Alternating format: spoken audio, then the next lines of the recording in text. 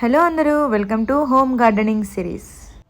ఈ home gardening సిరీస్లో నేను ఏవైతే ఇంట్లో ట్రై చేసి 100% రిజల్ట్ వచ్చాయో అవి మాత్రమే మీకు జెన్యున్గా పోస్ట్ చేస్తానండి. And coming to the home gardening series part 1, నేను ఎప్పుడు ఇలాంటి థర్మాకోల్స్ దొరికినా నేను వెంటనే ఆకుకూరలు వేయడానికి ట్రై చేస్తాను. ఎందుకంటే దీంట్లో ఆకుకూరలు అనేవి చాలా త్వరగా పెరుగుతాయి అండ్ సీడ్ జర్మినేషన్ కూడా చాలా ఫాస్ట్గా వస్తుంది. ఈ థర్మాకోల్స్ అనేవి మనకి ఎప్పుడు ఎలక్ట్రానిక్ గ్యాజెట్స్లో కొన్నప్పుడు వస్తూ ఉంటాయి. సో వాటిని ఊరికే వేస్ట్గా పడేయకుండా ఇలాంటి ఎక్స్పెరిమెంట్ ట్రై చేస్తే మీకు హెల్దీగా అండ్ హోమ్ గార్డెనింగ్ ద్వారానే మనకి ఆకుకూరలు అనేవి పండుతాయి. నేను ఈ 2 థర్మాకోల్స్లో ఎర్రమట్టి అండ్ అంటే రెడ్ సాయిల్ అంటారు, రెడ్ సాయిల్ అండ్ కొంచెం ఫర్టిలైజర్స్ యూస్ చేసే సాయిల్ ఉందన్నమాట. ఆ రెండింటిని మిక్స్ చేసి పెట్టాను. మిక్స్ చేసిన తర్వాత నేను మెంతులు అండ్ ధనియాలు తీసుకున్నాను. మెంతులేమో మెంతుకూర కోసం, ధనియాలేమో కొత్తిమీర కోసము.